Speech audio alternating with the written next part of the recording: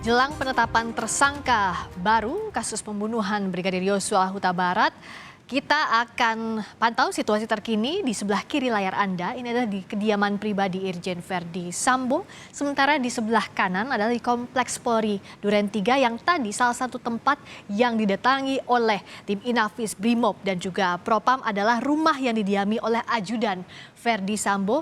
Maka dari itu lokasinya dekat dengan kediaman dinas Verdi Sambo kurang lebih 200 meter. Sejak sore tadi, dua lokasi ini dipasangi garis polisi. Ada di sana juga personel dari Brimob, Propam, dan Inafis. Tadi dari perbincangan kami dengan mantan Kapolda Jawa Barat Anton Carlyan, biasanya proses saat ini yang kita lihat adalah olah tempat kejadian perkara. Karena di sana ada tim Inafis yang mencari bukti-bukti yang terjadi di tempat kejadian perkara. Tempat kejadian perkara atau lokasi ini adalah tempat terjadinya peristiwa pidana. Dalam hal ini pembunuhan terhadap Brigadir Yosua Huta Barat. Karena itu untuk mencari rangkaian atau konstruksi perkara kasus ini, Polri melakukan olah tempat kejadian perkara di dua lokasi. Ada pula personel dari Propam. Propam ini tadi menurut Anton Carlyan biasanya dikerahkan juga untuk menyelidiki soal dugaan etik. Kalau kita tahu dalam kasus ini Kapolri sebelumnya sudah mengumumkan bahwa ada 25 personel Polri diperiksa karena langgar etik terhadap penanganan tempat kejadian perkara dianggap tidak profesional dalam menangani tempat kejadian perkara. Karenanya saat ini proses terus dilakukan di dua lokasi, baik di kediaman pribadi Irjen Verdi Sambo dan di Kompleks Polri Duren 3 di sekitar kediaman dinas Verdi Sambo, termasuk juga rumah yang didiami oleh ajudan Verdi Sambo. Dan yang kita nantikan juga Kapolri mengumumkan tersangka baru kasus pembunuhan Yosua. Pak Anton, saya mau tanyakan lagi tadi. Artinya sekarang kita melihat olah tempat kejadian perkara di dua lokasi ini ya Pak Anton. Nah, dengan kondisi tempat kejadian perkara sudah rusak tadi, tapi menurut Pak Anton masih bisa ada kemungkinan untuk merunut barang bukti apa yang hilang dari lokasi. Nah, dalam kondisi seperti ini, apakah memang yang dicari tidak hanya etik, tapi juga dugaan pidana? Karena kan kita tahu kalau obstruction of justice juga itu ada masuk perbuatan pidana menurut KUHP. Saya kira ini jelas pidana, karena sudah turun Inafis. Gitu jelas kan. Pidana begitu ya? Jelas pidana, ya. Karena kalau Inafis itu bukan untuk kode etik. Kode etik tidak pernah turun Inafis gitu kan. Ya. Kecuali kode etik yang memang mau dipidanakan gitu kan. Apalagi sekarang kan sudah ada tadi dua tersangka itu. Dua tersangka yang 338 maupun 340. Sehingga di sini kalau memang ada di rumah ajudan juga ya salah satu yang diduga keras tempat kejadian perkara ya di tempat itu juga gitu kan. Itu. Oke. Nah, yang salah satu hal yang mengubah arah penyidikan dalam kasus ini adalah keterangan Barada Eliezer yang berubah.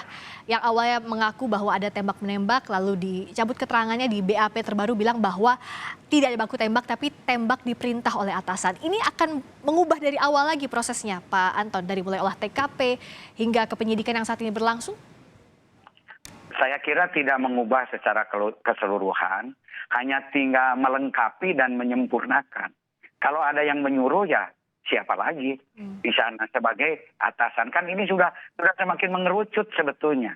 Hingga keberanian Polri, keterbukaan Polri mau menetapkan siapa sesungguhnya tersangkanya, tersangka utama. Karena kan konstruksi di dalam hukum ini kan siapa pelaku ini semua juga sudah tahu kan ada 4.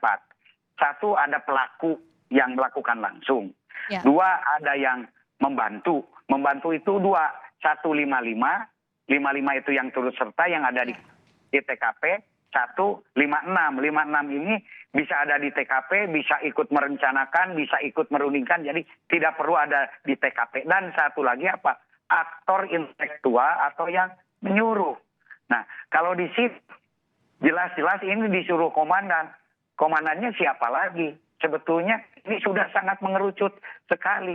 Sementara yang berada di rumah tersebut ya komandannya ya hanya satu gitu kan. Tinggal ya tetap walaupun demikian ini keterangan saksi ini sebetulnya rawan karena bisa saja sewaktu-waktu berubah. Hari ini berubah, besok bisa berubah lagi. Karena keterangan saksi yang memang betul-betul diakui adalah keterangan di depan sidang pengadilan dan di depan hakim. Jadi sebelum diucapkan di depan hakim, keterangan saksi sebagai bukti-bukti keterangan itu cukup rawan. Justru yang paling kuat itu physical evidence, yaitu bukti-bukti mati. Makanya kemarin saya sering mengatakan bahwa scientific crime investigation ini adalah yang paling kredibel. Karena dari scientific crime investigation ini, kalau keterangan saksi nilainya 1, keterangan tersangka 1. Scientific ini, physical evidence ini bisa 3 keterangannya. 1 bisa sebagai, nanti kalau sudah jadi kan jadi surat. Surat, visum, lain-lain. Kemudian kedua, bisa didukung oleh ahli, itu keterangan ahli. Dan ketiga juga bisa merupakan petunjuk. Jadi satu segmen bisa punya nilai 3. Sementara di dalam sidang pengadilan ini kan minimal 2 alat bukti yang cukup ditambah 1 keyakinan hakim. Nah, kalau scientific investigation-nya ini sangat akurat, kredibel, hanya tinggal tambah keyakinan hakim. Sekalipun saksi, tersangka mengeles atau mengelak dan tidak mengakui. Oke, kalau kita tahu kan alat bukti di KUHP ada 5, keterangan saksi, keterangan ahli, surat petunjuk, dan keterangan terdakwa. Jadi kalau bukti fisik ini, scientific identification ini penting karena nilainya bisa 3 tadi ya Pak, ahli, surat, dan petunjuk, dan itu jadi alat bukti. Nah, kalau dari penyidikan kasus ini apa sebenarnya yang membuat sulit? Kalau Menko Polhukam kan sempat bilang bahwa yang bikin sulit adalah ada psikohierarkis, psikopolitis. Pak Anton melihatnya apa yang membuat ini menjadi berlarut-larut? Ya, kemarin juga sudah saya katakan ini kendala psikologis. Kendala psikologis karena yang diperiksa ini kan Pak FS ini kan yang meriksanya di Dirkrim. Beliau juga mantan Dirkrim. Tetap saja ini ada kendala psikologis. Bahkan mungkin yang sekarang pun juga tidak menutup kemungkinan ada kendala psikologis. Jadi sebaiknya biar lebih netral mungkin ya harus diganti, jangan di Dirkrim kalau memang dari awal diketahui bahwa beliau juga bekas dari sana. Nah, kendala psikologis ini ada hubungan pertemanan, perkawanan, ada hubungan lain-lain lah yang mungkin sepermainan. Ini akan cukup mempengaruhi, apalagi ini yang meriksa Krim. Beliau mantan Krim. Jelas kendala psikologisnya itu sangat besar. Itulah yang dikatakan oleh Bapak Profesor Mahfud MD sebagai psikohierarkis atau psikopolitis. Politisnya kenapa? Karena Pak FS ini bisa menentukan jabatan seseorang karena propam. Nah, salah satu untuk menaikkan misalkan jabatan, menentukan jabatan selain SDM, ya termasuk propam. Seseorang mau naik, mau tidak, ada masalah tidak di propam. Ketika propam meloloskan, ya lolos. Tapi ketika tidak, nah, masalah catatan ini kan hanya diketahui oleh propam, SDM, dan Kapolri. Sehingga jelas di sini powernya ini, power politis di Polri-nya ini sangat besar. Nah, inilah yang kemungkinan ditakuti oleh anggota. Makanya tepat sekali ketika Kapolri mungkin menonaktifkan masalah ini. Dan juga ya kalau saya, ya satu lagi, penyidik-penyidik di Krim bukan tidak percaya. Mereka hebat, mereka luar biasa. Tetapi ketika kendala psikologis ini ada, ya mereka bisa jadi tidak bisa apa-apa. Karena budaya Timur ini budaya perasaan kan. Budaya ewu pakewu. Ini yang menyulitkan di dalam penyidikan. Pak Anton, kalau sekarang kan Kapolri jamin bahwa ini sesuai dengan pedoman Presiden Jokowi untuk mengusut tuntas, dibuka, jangan ada yang ditutupi.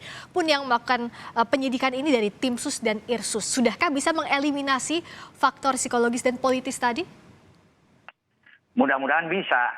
Kalau irsus kan tidak bisa masuk ke ranah pidana. Etik, tetapi, ke etik gitu kan. Walaupun bagaimana, tetapi di pidana ini betul-betul harus penyidik-penyidik yang betul-betul netral gitu kan. Ketika ada rasa kena pernah jadi komandan, tetap rasa ewo pakewo itu ya akan ada. Tapi mudah-mudahan dengan tekad, saya yakin ini karena ada juga adik-adik saya seperti Pak Agus, Pak Dopiri, kemudian Pak Gatot, itu pernah sama-sama dengan saya, Pak Agung. Ini orang-orang yang sangat kredibel. Di atasnya saya percaya sangat kredibel, tapi di bawahnya apa bisa enggak? Karena tidak mungkin bisa mengawasi selama 1 kali 24 jam. Ya. Di atasnya sudah luar biasa, sudah kredibelnya. Di bawahnya pun juga agar lebih kredibel lagi. Mungkin perlu mix. Sekarang campuran lah penyidik, jangan hanya dari krim saja, tapi dari unit-unit lain, Pak Agus lah bisa, atau dari divisi-divisi lain bisa membantu di sini. Sehingga kendala psikologis ini akan teratasi. Tentu kita tidak ingin mendahului Kapolri untuk menyebutkan nama siapa tersangkanya. Tapi dari amatan Pak Anton, lihat soal konstruksi kasusnya dan pengalaman Pak Anton juga tentu untuk menyidik kasus-kasus ini, sudah bisa diketahuikah siapa tersangkanya? Tersangkanya kan ini sudah jelas, ada pasal 55, ada pasal 56. Artinya tindak pidana ini dilakukan secara tidak sendirian, bersama-sama. Ada yang membantu, ada yang turut serta, ada yang eksekutor langsung, dan ada yang menyuruh. Nah, justru di sini ya yang jelas di rumah itu siapa kira-kira yang punya kewenangan untuk menyuruh. Kan itu, saya tidak bisa menyebut namanya karena ini adalah tetap ajas praduga tak bersalah. Okay. Nah, eksekutornya langsung ini bisa siapa saja. Bisa yang menyuruh, bisa juga yang menyuruh orang lain. Nah, bisa juga yang misalkan yang turut membantu misalkan gotong mayat, kemudian memasukkan ke mobil dan lain-lain, itu pun juga bisa termasuk turut membantu, bahkan tahu tidak melaporkan saja itu termasuk turut membantu. Itu jadi ya tinggal kriteria 4 kriteria itu saja. Siapa yang melakukan, siapa yang menyuruh, siapa yang membantu, siapa yang turut serta. Dan kalau kita lihat dari konstruksi ini, saya kira sudah sangat jelas gitu kan. Jadi sudah jelas siapa yang menyuruh, tapi namanya tentu kita harus menunggu Kapolri. Yang jelas sudah ada 2 pasal utama yang muncul, baik itu pembunuhan berencana 340 terhadap Brigadir RR dan juga Brigadir Barada Eliezer yang dikenakan pasal pembunuhan dan turut serta. Jadi siapa tersangka baru yang akan diumumkan Kapolri, kita nantikan sore ini, diharapkan bisa menyentuh sampai ke aktor intelektual. Terima kasih Pak Anton Carlyan, mantan Kapolda Jawa Barat, telah bergabung di Kompas Petang. Terima kasih Pak Anton.